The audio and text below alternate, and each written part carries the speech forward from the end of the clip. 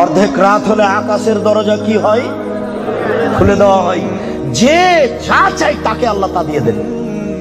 যে যে বিষয়ে প্রার্থনা করে সেটা আল্লাহ কবুল করেন। যে যে কোনো বিপদে পড়েছে আল্লাহ তাকে উদ্ধার করেন। তবে যার জেনার সম্পর্ক আছে তার কথা আল্লাহ কবুল করেন না। আমি কি দিয়ে বুঝাই জেনা কত বড় বিপদ? আমি কি দিয়ে বোঝাই আপনাকে জেনা কত বড় বিপদ? যেটা ঘরে ঘরে হচ্ছে, যেখানে সেখানে হচ্ছে, যেটা মানুষের কাছে আজকে পাপের কাজ নয়। শোনো, মুনাফিকি করো না বক্তব্যের সাথে। এই ছেলে, তোমাকে আমি কঠিন ভাবে বলে যাচ্ছি, তুমি বক্তব্যের সাথে মুনাফিকি করো না। এখান থেকে উঠার আগে মোবাইলে যত মেয়ের নাম্বার আছে তুমি কেটে দিয়ে উঠবা। জিন্দেগিতে কোনোদিন কোনো মেয়ের সাথে গল্প করো না। তোমার সাথে এ অংশে আমার জরুরি কথা আছে, তুমি একটু ধৈর্য ধারণ করো, একটু সামান্য একটু থামো। তোমার সাথে আমার আরো জরুরি কয়েকটি কথা আছে। মুহাম্মদ সাল্লাল্লাহু আলাইহি সাল্লাম বলেন, আমি রাতে ঘুমিয়েছিলাম, জিবরাইল আমার ডান হাত ধরলেন, মিকাইল আমার বাম হাত ধরলেন, ধরে আমাকে নিয়ে চলে যাচ্ছেন। যেতে যেতে দেখি অনেক মানুষ আসাদু সাইন দেখা পান, ফুলে ফেঁপে বিশাল বিশাল আকৃতি ধারণ করে আছে। 50 হাত 100 হাত উঁচু উঁচু হয়ে আছে। অন্তানাহ রিহান, দুর্গন্ধে টিকা যায় না, এত গন্ধ। কান্নাহুল মারাহিজ, মনে হচ্ছে যেন তারা গ্রামের টয়লেট, মনে হচ্ছে যেন তারা গণশৌচাগার, মনে হচ্ছে যেন তারা গ্রামের টয়লেট, মনে হচ্ছে যেন তারা গ্রামের শৌচাগার। যেই শৌচাগার টয়লেট পরিষ্কার করা হয় না, গণশৌচাগার, গন্ধে টিকা যায় না, বিশাল বিশাল রূপ ধারণ করে আছে। আমি বললাম, জিবরাইল মানা হলাই, কি এরা কে? জিবরাইল, এরা কারা? ছি ছি ছি ছি, এরা কারা? এত কোণে গন্ধ, এত কোণে ফুলে আছে।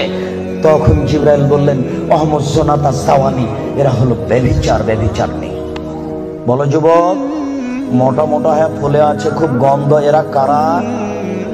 ব্যভিচার, ব্যভিচারনি। তুমি সাবধান থাকো, তুমি একটু অপেক্ষা করো।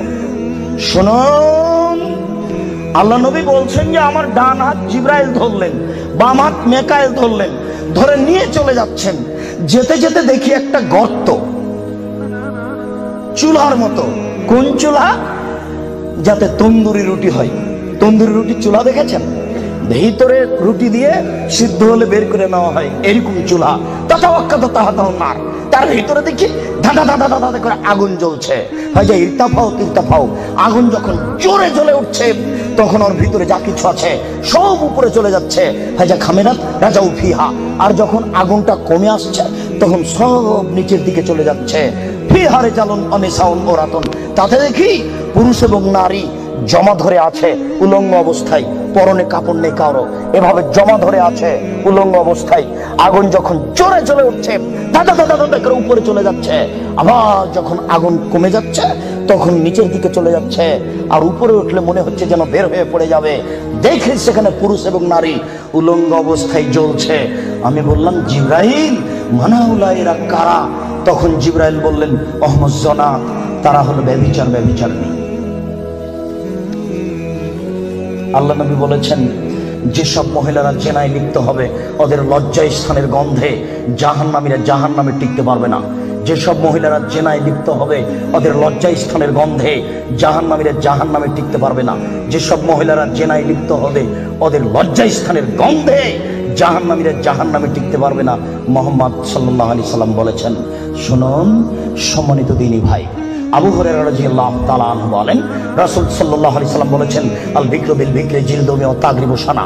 অবিবাহিত ছেলে মেয়ে যদি জেনায় লিপ্ত হয় তাহলে তাকে 100 লাঠি পিটিয়ে এলাকা থেকে 1 বছরের জন্য তাড়িয়ে দিতে হবে।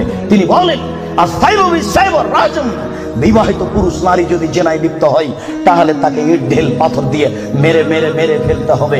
এদেশের লাখো ভাবিকে ইট ঢেল পাথর দিয়ে মেরে ফেলতে হবে যারা দেবরের সাথে জেনায় লিপ্ত হয়েছে। এদেশের লাখো দুলাভাইকে ইট ঢেল পাথর দিয়ে মেরে ফেলতে হবে যারা সেলিকার সাথে জেনায় লিপ্ত হয়েছে।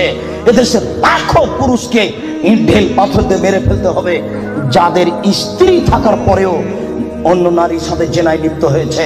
এদেশের লাখো নারী বেহায়া, বেশরমা, লজ্জাহীনা নারী যারা স্বামী বাড়িতে থাকার পরেও অন্য পুরুষের সামনে নিজের পরনের কাপড় খুলে উলঙ্গ অবস্থায় জেনায় লিপ্ত হয়। শুনুন, এদের ইট ঢেল পাথর দিয়ে মেরে মেরে মেরে ফেলতে হবে, এদের বাঁচার কোনো পথ নেই। রাসূল সাল্লাল্লাহু আলাইহি সাল্লাম বলেন, 3 শ্রেণীর মানুষকে হত্যা করতে হয়, তবে 2 শ্রেণীর মানুষের বাঁচার পথ আছে। মনে রাখুন, 3 শ্রেণীর মুসলমানকে হত্যা করতে হয়, 2 শ্রেণীর মানুষের বাঁচার পথ আছে, 1 শ্রেণীর মানুষের বাঁচার পথ নেই। এক, কেউ যদি বলে আমি কোরআন মানি না, তাহলে তাকে হত্যা করতে হবে। কেউ যদি বলে গাভীর দুধ হারাম, তাহলে তাকে হত্যা করতে হবে। কেউ যদি বলে মদ হালাল, তাহলে তাকে হত্যা করতে হবে। সরকারের পক্ষ থেকে গলায় ফাঁস দেওয়া হয়েছে, ফাঁস টান। তখন বলছে ভুল হয়েছে, আমার ভুল হয়েছে, আমি কথা ফিরিয়ে নিলাম, তাহলে তাকে আর ফাঁসি দিতে হবে না, নামিয়ে নিতে হবে, বেঁচে গেল। পাপ করেছিল হত্যার যোগ্য। আমি বুঝাতে পারলাম না মনে হয়। 2, কেউ যদি কাউকে হত্যা করে, তাহলে তাকে হত্যা করতে হবে, এর নাম কিসাস। এই ছেলে, তোমার দাদার বয়স 90 বছর, তাহাজ্জুদ পড়ে ফজরের টাইমে বের হচ্ছিল, মসজিদে নামাজ পড়তে যাবে। কালকে তোমার দাদাকে একটা ছেলে গালি দিয়েছে, তাহাজ্জুদ পড়তে বের হওয়ার সময় দেখো ওই ছেলেটা, তোমার দাদা এক থাপ্পড় দিতে ছেলেটা মারা গেছে। এখন তোমার দাদাকে কেসাস স্বরূপ ফাঁসি দিতে হবে সরকারের পক্ষ থেকে, তবে তোমার দাদার বাঁচার পথ আছে। ওই ছেলেটার বাপ মা যদি বলে আচ্ছা যাক আমাদের ছেলেকে মেরেছে আমরা মারবো না, তাহলে তোমার দাদা বেঁচে গেলেন। কথা কি বুঝাতে পেরেছি? 3, রাজুলুন জানা বাদায় হেসানিন, কে যদি বিবাহ করার পরে জেনায় লিপ্ত হয়, তাহলে তাকে হত্যা করতে হবে, তার বাঁচার কোনো পথ নেই। কেউ যদি বিবাহ করার পরে জেনায় লিপ্ত হয়, তাহলে তাকে হত্যা করতে হবে, তার বাঁচার পথ নেই। একটু জাতের মানতুন মিন গামে দিয়ে, গামের সম্প্রদায়ের একজন মহিলা আসলো আল্লাহ রাসূলের দরবারে, এসে বলছে তাহিরনি ইয়া রাসূলুল্লাহ, হে আল্লাহ রাসূল, আপনি আমাকে পবিত্র করুন। তখন আল্লাহ রাসূল বললেন ইরজি, বাড়ি তুমি ফিরে যাও, আস্তাগফিরুল্লাহ, আল্লাহর নিকটে ক্ষমা চাও, ও তুমি ইলাইহি, তুমি তওবা করো, তোমার পাপ ক্ষমা হয়ে যাবে। তখন মহিলাটি বলছে তুরাদ্দাদুনি কামা রাদ্দাত মাইজ ইবনে মালিক, আপনি মাইজ ইবনে মালিকের বিচার না করে বারবার ফিরিয়ে দিয়েছিলেন, আপনি কি আমাকে সেইভাবে ফিরিয়ে দিতে চাচ্ছেন? আমার পেট উঁচু হয়েছে, অবৈধ সন্তানে আমার পেটে অবৈধ সন্তান রয়েছে, দয়া করে আপনি আমাকে ফিরিয়ে দিন না, আমার বিচার করে দেন। তখন আল্লাহ রাসূল বললেন আচ্ছা ঠিক আছে, ইরজিই হাত্তা তালিদি, তুমি বাড়ি চলে যাও, যেদিন তোমার বাচ্চা হবে সেদিন আসিও, বিচার করে দেব। মহিলা বাড়ি চলে গেল, বাচ্চা সবে মাত্র প্রসব হয়েছে। মুসলিম গ্রন্থে এসেছে ওই বাচ্চাটাকে ন্যাকড়ার মধ্যে জড়িয়েছে, প্রসব হওয়া মাত্র জড়িয়ে নিয়েছে, আল্লাহ রাসূলের দরবারে এসে বলছে আল্লাহ রাসূল এই দেখেন বাচ্চা প্রসব হয়েছে, বিচার করে দেন। আল্লাহ রাসূল মাথাটা নিচু করে বলছেন জি, বাড়ি চলে যাও, ফারজি হে, বাচ্চাকে দুধ খাওয়াও, হাসতে থাকতে মিহে, যেদিন বাচ্চা দুধ ছেড়ে দিবে সেদিন আসিও, বিচার করে দেব। মহিলা চলে গেল, বাচ্চাকে 2 বছর দুধ পান করালো। 2 বছর পরে মহিলা বিচারালয়ে উপস্থিত, অফিয়াদেহি কেসরাত খুমসিন, এমত অবস্থায় বাচ্চার হাতে 1 টুকরা রুটি রয়েছে। এই রুটি প্রমাণ করে বাচ্চা খাদ্য খেতে পারে।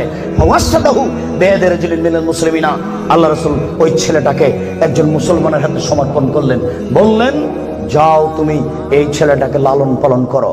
তিনি বললেন স্বামী সাথে এই যাবো বিহা, তোমরা একে মাঠে নিয়ে যাও, এই মহিলাকে মাঠে নিয়ে যাও, আফরিল্লাহ সাথে মাঠে নিয়ে গিয়ে গর্ত খুঁড়ে বুক পর্যন্ত পুঁতে দাও, ফারজেমুহা, এরপরে তাকে ইট ঢেল পাথর দিয়ে মেরে মেরে মেরে ফেলো।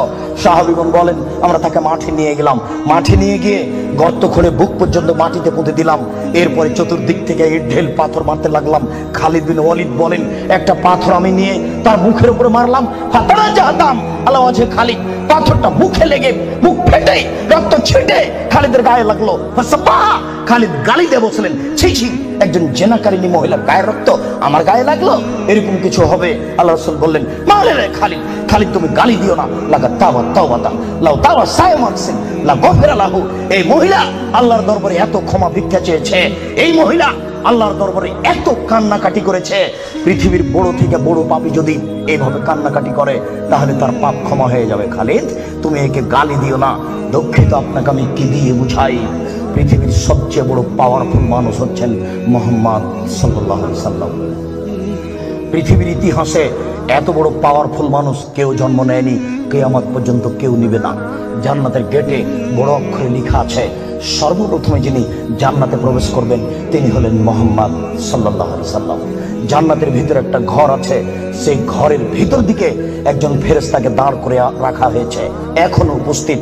তাকে বলা হয়েছে, কেউ যদি বাহির থেকে এসে ঠক ঠক করে শব্দ দেয়, কে যদি বাহির থেকে বলে মুহাম্মদ, তাহলে এই দরজা খুলে দিও। এই ঘর মুহাম্মদ ছাড়া কারোর জন্য খোলা হবে না। আপনার আমি কি দিয়ে বুঝাই মুহাম্মদ সাল্লাল্লাহু আলাইহি সাল্লাম কত বড় পাওয়ারফুল মানুষ। বিচারের মাঠে ইব্রাহিম আলাইহিস সালাম বলবেন, কাদ গাজিবা আলাইয়া রাব্বি, আমার প্রতিপালক আমার উপরে রাগ করেছেন। মা গাজিবা মিন কাবলা বাদ, আমার প্রতিপালক এরকম রাগ পূর্বেও কোনোদিন করেননি, ভবিষ্যতেও কোনোদিন করবেন না। নফসি নফসি, আমার যে কি হয় তা আমি নিজেই বুঝি না। এইভাবে চিল্লাচিল্লি করবেন ইব্রাহিম আলাইহিস সালাম। আপনার হুজুরের কি হবে, পীর সাহেবের, আপনাকে আমি কি দিয়ে বুঝাই? শুনুন, ওই সময়তে মুহাম্মদ সাল্লাল্লাহু আলাইহি সাল্লাম সিজদায় পড়বেন, তখন আল্লাহ বলবেন, এই ফারাসাক সালতুতা পাসফাতু সাফা, মুহাম্মদ মাথা উঠান, বলেন, যা বলবেন তাই মেনে নিব, যেই কথা বলবেন আমি সে কথা গ্রহণ করব। আপনি মাথা উঠান না, আপনি বলেন না আমাকে কি বলছেন, আমি আল্লাহ, আপনি যা বলবেন তাই মেনে নিব। এত বড় পাওয়ারফুল মানুষ, একটু বলতে পারলেন না, যাও যাও, তোমার বিচার হবে না, তোমার পাপ ক্ষমা হয়ে গেছে, যাও, তোমার বিচার হবে না। এই কথা তিনি বলতে পারলেন না। এত বড় পাওয়ারফুল মানুষ, তিনি খালি বললেন, খালিদ তুমি একে গালি দিও না, এত তওবা করেছে। এরকম তওবা যদি বড় থেকে বড় পাপী করে তাহলে তার পাপকে ক্ষমা করা হবে খালিদ, তার মানে এর পাপ ক্ষমা হয়ে গেছে। তাই তো তিনি জানাজা করলেন, তাই তো তিনি কাফন দাফন করলেন, কিন্তু তিনি তাকে বলতে পারলেন না, যাও যাও, তোমার বিচার হবে না, তোমার পাপ ক্ষমা হয়ে গেছে।